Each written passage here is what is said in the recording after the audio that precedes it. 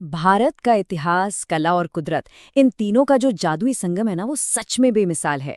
आज के इस एक्सप्लेनर में हम बात करने वाले हैं भारत की यूनेस्को विश्व धरोहर स्थलों की।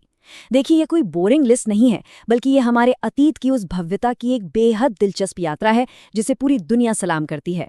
भारत की सांस्कृतिक और भौगोलिक विविधता इतनी विशाल है कि इसके स्मारकों, गुफाओं और जंगलों में पूरा का पूरा इतिहास जैसे आज भी सांस लेता है। तो चलिए सीधा पॉइंट पर आते हैं। सोचिए जरा, भारत में कुल कितने यूनेस्को वर्ल्ड हेरिटेज साइट्स होंगे? 10, 20 या शायद उससे भी ज्यादा? सच बताऊं तो ये एक ऐसा सवाल है जिसका असली जवाब अक्सर लोगों को हैरान कर देता है, क्योंकि ये सिर्फ एक नंबर नहीं है, बल्कि ये इस बात का सबूत है कि ग्लोबल लेवल पर भारत की ऐतिहासिक संपदा की कितनी ज्यादा अहमियत है। चलिए देखते हैं आज हम क्या क्या कवर करने वाले हैं। पहले समझेंगे यूनेस्को हेरिटेज का असली मतलब, फिर भारत की धरोहरों पर एक नज़र डालेंगे। उसके बाद 1983 के उन शुरुआती स्थलों की बात करेंगे, फिर चलेंगे नेचुरल और मिक्स्ड वंडर्स की तरफ, और आखिर में जानेंगे अमूर्त विरासतों और कुछ बिल्कुल नई साइट्स के बारे में। तो आइए सेक्शन 1 से शुरू करते हैं। आखिर ये यूनेस्को हेरिटेज होता क्या है? किसी भी पुरानी इमारत या जंगल को रातों रात हेरिटेज का टैग नहीं मिल जाता।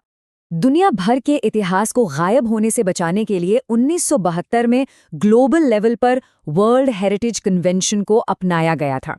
भारत ने इसमें 1977 में ऑफिशियली एंट्री ली, और यकीन मानिए ये एक बहुत बड़ा ऐतिहासिक कदम था, क्योंकि इसी के बाद हमारे स्मारकों के लिए वो दरवाज़ा खुला जिससे वे पूरी इंसानियत के लिए सुरक्षित किए जा सकें और उन्हें वो ग्लोबल पहचान मिली जिसके वो असल में हकदार थे। आगे बढ़ते हैं सेक्शन 2 की तरफ, India's heritage at a glance. ये देखना बहुत दिलचस्प होगा कि भारत के इन अनमोल स्थलों को किन श्रेणियों में बांटा गया है। और ये चार्ट बहुत ही शानदार तरीके से दिखाता है कि हमारे पास क्या क्या है। आंकड़ों को देखें तो भारत में लगभग 36 कल्चरल साइट्स हैं, जो हमारी इंसानी कला का बेहतरीन नमूना है।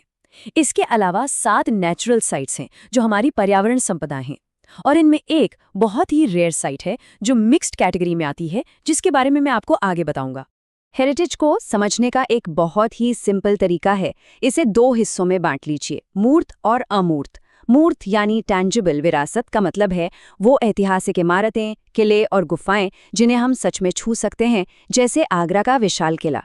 वहीं दूसरी तरफ अमूर्त यानी इनटैंजिबल विरासत है। इसका कोई भौतिक आकार नहीं होता। ये वो परंपराएं, डांस और त्योहार हैं जिन्हें सिर्फ फील किया जा सकता है, जैसे राजस्थान का मशहूर कालबेलिया डांस। चलिए अब चलते हैं सेक्शन 3 पर, द 1983 पायोनियर्स। समय में थोड़ा पीछे चलते हैं और उन शुरुआती स्थलों की बात करते हैं जिन्होंने भारत के लिए इस लिस्ट का खाता खोला। साल 1983 भारत के लिए एक गेम चेंजर था। इसी साल 4 शानदार जगहों को ग्लोबल रिकॉग्निशन मिला। पहला था आगरा का किला, जो अपने आप में इतिहास का एक बहुत बड़ा पन्ना है। फिर जाहिर है ताजमहल, संगमरमर की दीवारों पर की गई उसकी अद्भुत पितरादुरा नक्काशी आज भी लोगों को हैरान कर देती है। और इनके अलावा महाराष्ट्र की अजंता और एलोरा की गुफाओं ने भी इसी साल इस लिस्ट में अपनी मजबूत जगह बनाई। महाराष्ट्र की इन चट्टानों को काटकर बनाई गई गुफाओं की धार्मिक डाइवर्सिटी सच में कमाल की है। अजंता में 29 गुफाएं हैं जो वाकाटक वंश ने बनवाई थीं, और ये पूरी तरह से बौद्ध धर्म से जुड़ी हैं। वहीं एलोरा में 34 गुफाएं हैं जो राष्ट्रकूट वंश के समय की हैं, और यहाँ आपको बौद्ध, हिंदू और जैन धर्म का एक बिल्कुल अनोखा संगम देखने को मिलता है। अब इस पॉइंट पर जो बात मैं आपको बताने जा रहा हूँ वो सच में बहुत इंटरेस्टिंग है। इतिहास सिर्फ भारी भरकम किताबों में नहीं है, वो हर दिन हमारी और आपकी जेब में भी रहता है। यकीन नहीं आता? तो चलिए इस 10 रुपए के नोट से एक मजेदार सफर शुरू करते हैं। कभी ध्यान से देखा है 10 रुपए के नोट के पीछे क्या छपा है? वो है उड़ीसा का कोणार्क सूर्य मंदिर। 1984 में यूनेस्को साइट बना ये मंदिर राजा नरसिंह देव प्रथम ने एक विशाल रथ के आकार में बनवाया था। एकदम मास्टरपीस। चलिए इसी एनर्जी को बनाए रखते हैं। सोचिए जरा, 50 रुपए के नोट पर कौन सी ऐतिहासिक तस्वीर है? कोई गेस? बिल्कुल सही, वो है हम्पी के स्मारक। कर्नाटक में तुंगभद्रा नदी के किनारे स्थित हम्पी 1986 में वर्ल्ड हेरिटेज बना। किसी जमाने में ये महान विजयनगर साम्राज्य की राजधानी हुआ करता था। आज इसके खंडहर भी चीख चीख कर इसकी भव्यता की गवाही देते हैं। और आखिर में बात करते हैं उस नोट की जो हम रोजमर्रा की जिंदगी में सबसे ज्यादा इस्तेमाल करते हैं। 500 रुपए का नोट, इस पर कौन सा स्मारक है? जी हाँ, 500 रुपए के नोट पर दिल्ली का लाल किला मौजूद है। शाहजहां का बनवाया हुआ ये विशाल लाल रंग का किला 2007 में यूनेस्को साइट बना था। है ना कमाल की बात, कैसे इतने बड़े ग्लोबल सम्मान को हमारी डेली लाइफ की छोटी छोटी चीजों के साथ जोड़कर बिल्कुल जिंदा रखा गया है। अब आते हैं सेक्शन 4 पर, नेचर एंड मिक्स्ड वंडर्स। इंसानों की बनाई वास्तुकला से हटकर अब थोड़ा कुदरत की उस अदम्य शक्ति को देखते हैं जिसे यहाँ संरक्षण मिला है। तो यहाँ सबसे क्रूशल पॉइंट ये है कि हमारी जो 7 नेचुरल साइट्स हैं ना, वो देश की डाइवर्सिटी की सबसे बड़ी ढाल है। असम के काजीरंगा नेशनल पार्क को ही ले लीजिए, जो एक सींग वाले गैंडे का घर है। राजस्थान का केवलादेव साइबेरियन क्रेन जैसे प्रवासी पक्षियों के लिए किसी जन्नत से कम नहीं है। और वेस्टर्न घाट तो लिटरली एक विशाल बायोडाइवर्सिटी हॉटस्पॉट है, जहां जीवन के अनगिनत रूप मौजूद हैं। और इसी लिस्ट में एक नाम बिल्कुल स्टैंड आउट करता है, सिक्किम का खांगचनजंगा नेशनल पार्क। 2016 में शामिल हुआ ये पार्क भारत की इकलौती मिक्स्ड हेरिटेज साइट है। मिक्स्ड मतलब ये कि इस जगह का सिर्फ प्राकृतिक महत्व ही नहीं है, बल्कि वहाँ के लोगों और बौद्ध मान्यताओं के हिसाब से इसका गहरा सांस्कृतिक महत्व भी है। एकदम यूनिक।